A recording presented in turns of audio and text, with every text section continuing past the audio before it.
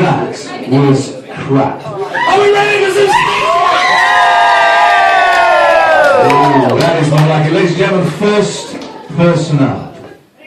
Father of life.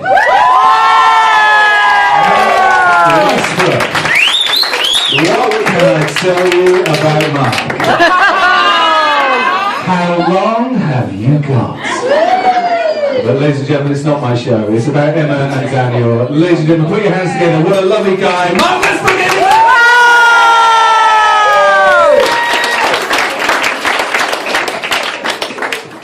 Oh my God. Right.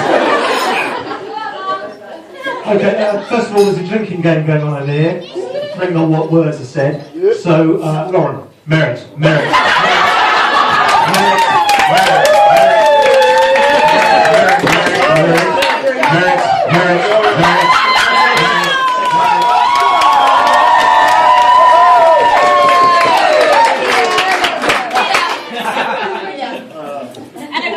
Okay.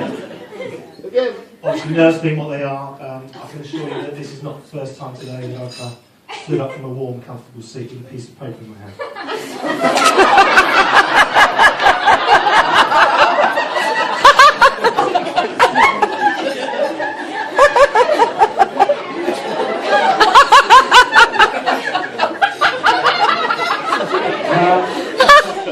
A good friend suggested it would be prudent to prepare a few lines beforehand. And I must say, as a first-time cocaine user, it certainly seems to have done the trick.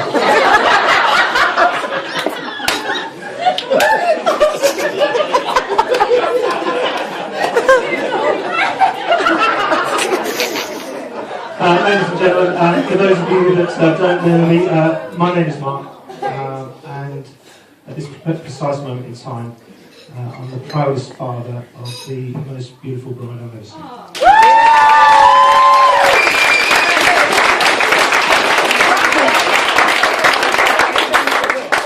Now, the plan was to commit this speech to memory, but unfortunately last Friday night's stag night resulted in the destruction of any useful grey cells that I had remaining, as well as considerable scarring to my liver.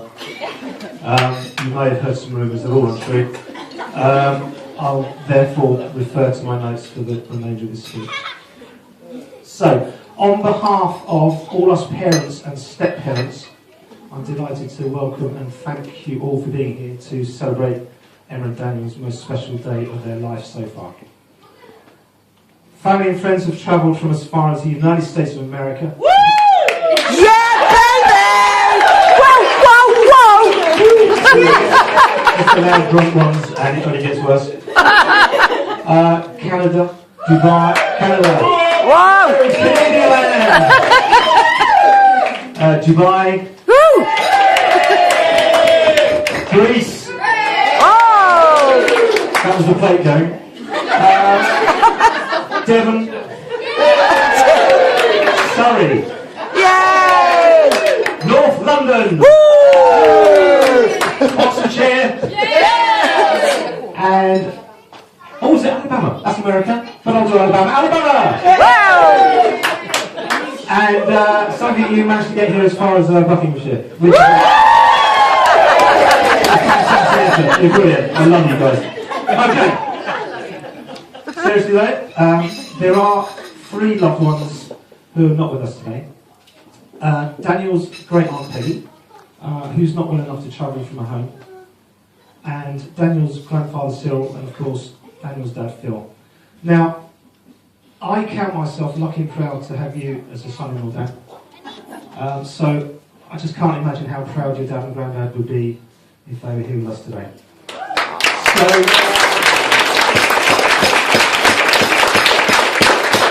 if you could all please be upstanding for the first toast of the day, to absent family and friends. So, absent family and friends. Woo!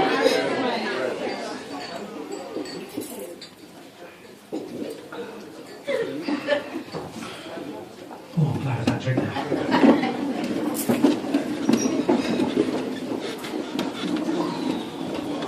Okay, as far as the bride, my final duty today, and that's before I get absolutely hammered and embarrass myself and everybody else, in this room is to be the warm-up for Dan and the Chuckle Brothers over there. So I'll try to keep this as short and sweet as possible.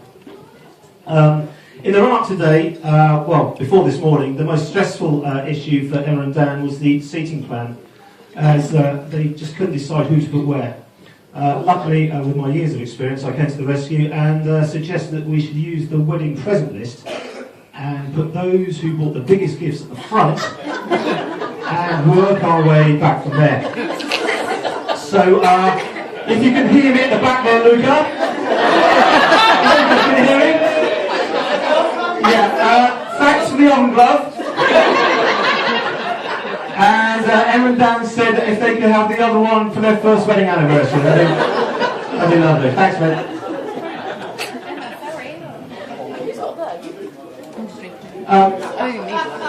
There are also 4 people that I'd especially like to thank today. The first is Emma's mum, Judy.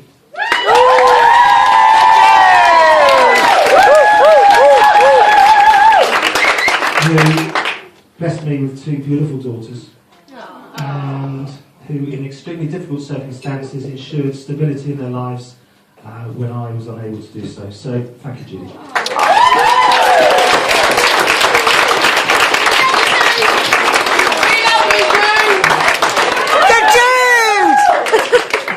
Milk it. The second is Emma's lifelong partner in crime, Sophie. Now, they're as thick as thieves. They've always covered each other's backs and are the closest of friends. Emma is the mother hen to Sophie's runaway chick. But to be honest, they wouldn't have it any other way.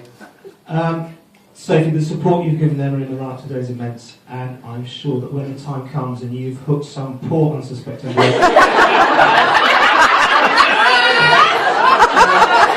your sister will be by your side as always, so thank you, Sophie.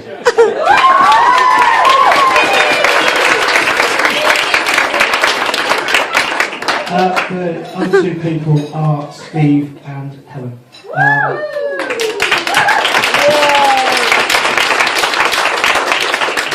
Both entered Emma and Sophie's life, we were trying to figure it out, we think 2001, and they've watched them grow into beautiful young ladies.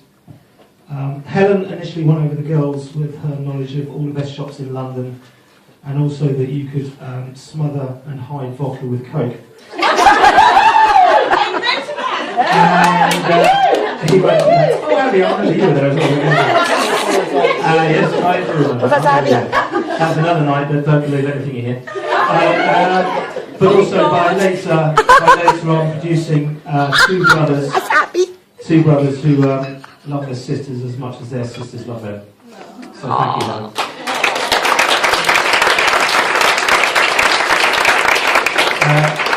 Last but definitely not least is Steve. Steve, you provided the stability of the man in the house by taking on 3 women at once. An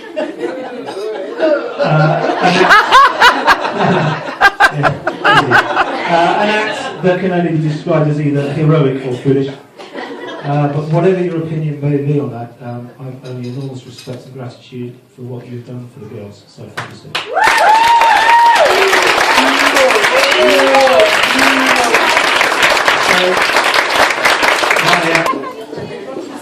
Oh, moving up now. Oh. Okay. Emma.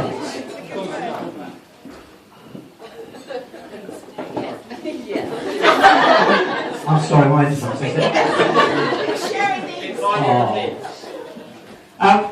Today, Emma, everybody's here because they love you and no, sorry, they love you, and she loves you. Is that right? Yeah. You know what I'm talking about. When Emma walks into a room, the room just seems to smile, and even after she's long gone, the room just seems to carry on smiling. She's an incredibly loyal and generous person to the extent that the majority of friends here today are the same friends that she had in her teens, who obviously then they were a lot more sober. She or maybe not. She has a natural gift to make people feel comfortable and special. It doesn't matter if you're age 1 or 101 or any age in between. You'll always remember the first time you met Emma. In a crowd, she has an ability to stop heckling me, would you please? Look, it's been your day all day. This is my time, all right?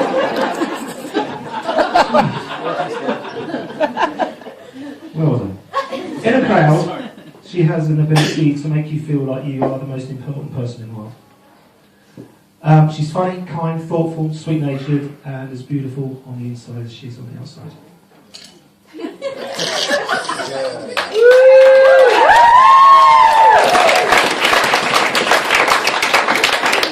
Emma, you came into this world in a hurry, and basically you haven't stopped since.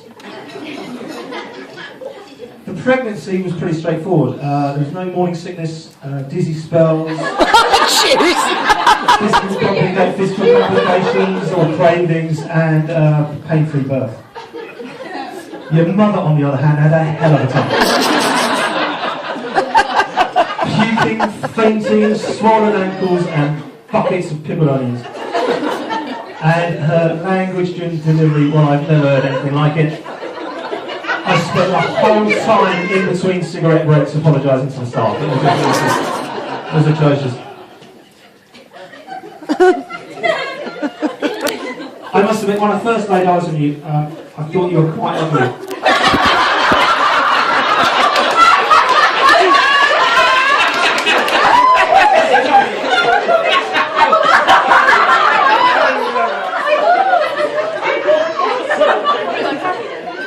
Luckily, the midwife is at hand to turn me up the right way.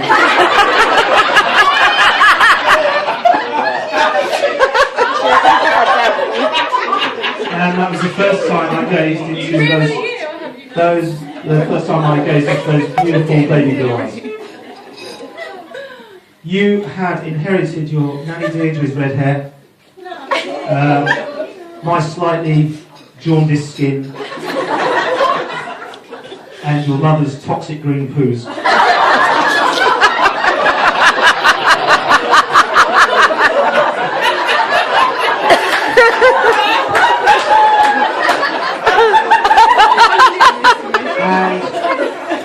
And for the first few weeks, it was like living with an overactive traffic light. However, from these unpromising beginnings, you have blossomed into the most naturally beautiful person I've ever known.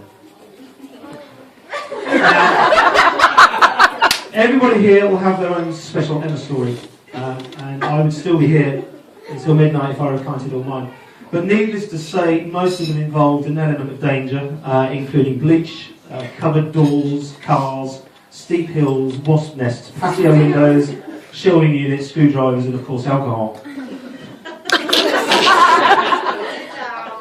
Now, like all dads before a wedding, I got very sentimental and decided to look through some old photographs of Emma. Now, tears welled up in my eyes, and one picture in particular stood out. It was the striking pose of my beautiful daughter, lying on a rug, naked, dribbling and pointing at the camera lens. How sweet she looked, trying to stand up on those good wobbly legs. Looks like it was a hell of a hen night, girls.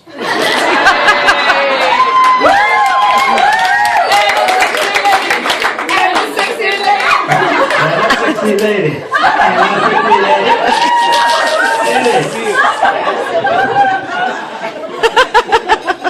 So, now I move on to Dan. Now, Dan, our new family member.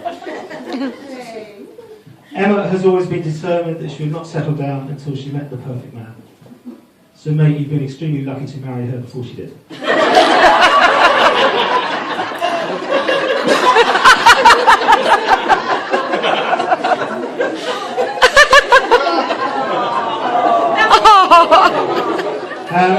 I think you've been with Emma long enough to know what you're letting yourself in for by joining our family, so to be honest, I have got absolutely no sympathy for you whatsoever. To be fair, the best way to understand what somebody's really like is to, actually I've learned this recently, is to get onto and find out what they're listening online. their favourite songs, their favourite tunes. Now I know that Lil Wayne is a particular favourite of yours, and I'm looking forward to our many conversations about dog breeding and gardening, considering the number of his lyrics that refer to bitches and hoes.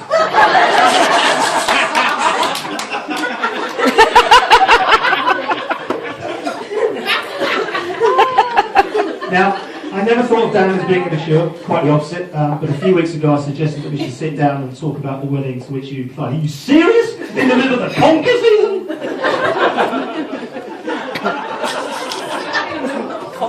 So, finally, some advice for both of you, and tellingly, most of it is from Dan.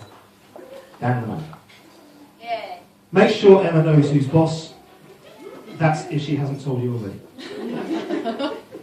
When a man holds a woman before a marriage, it is love. Afterwards, it is usually a form of self-defence. A man is not complete until he is married. After that, he's finished. Oh. Never go to bed in the middle of an argument.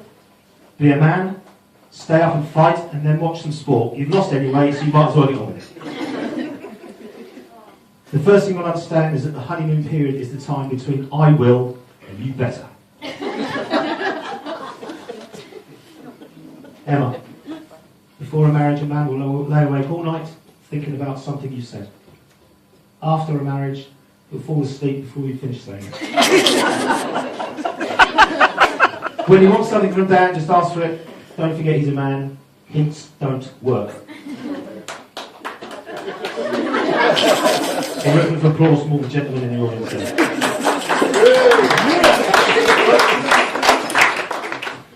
As with any marriage, there'll be ups and downs. This is for both of you. Tears and joy, but together with love, you'll be able to take whatever life throws at you. But you must remember to show patience, tolerance, and forgiveness. Failing that, copying a deafen and claiming amnesia is extremely effective.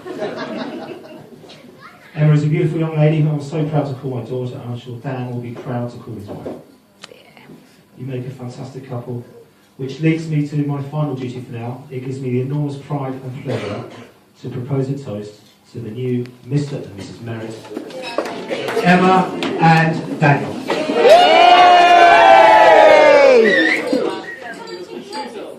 So you just said, have you finished? Only because I wanted to say, ladies and gentlemen, Father Bride, give him a huge round of applause.